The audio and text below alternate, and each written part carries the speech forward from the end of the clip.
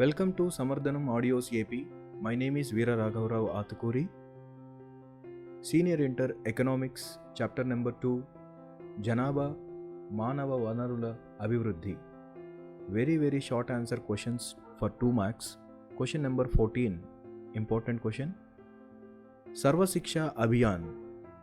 జవాబు 2010 నాటికి రాష్ట్రంలో 6 సంవత్సరాల నుండి 14 సంవత్సరాల వయసు గల పిల్లలకు అందరికీ ఉపయోగపడే విధంగా ప్రాథమిక విద్యను కల్పించడానికి 2001-2002 సంవత్సరంలో సర్వశిక్ష అభియాన్ పథకాన్ని ప్రవేశపెట్టారు.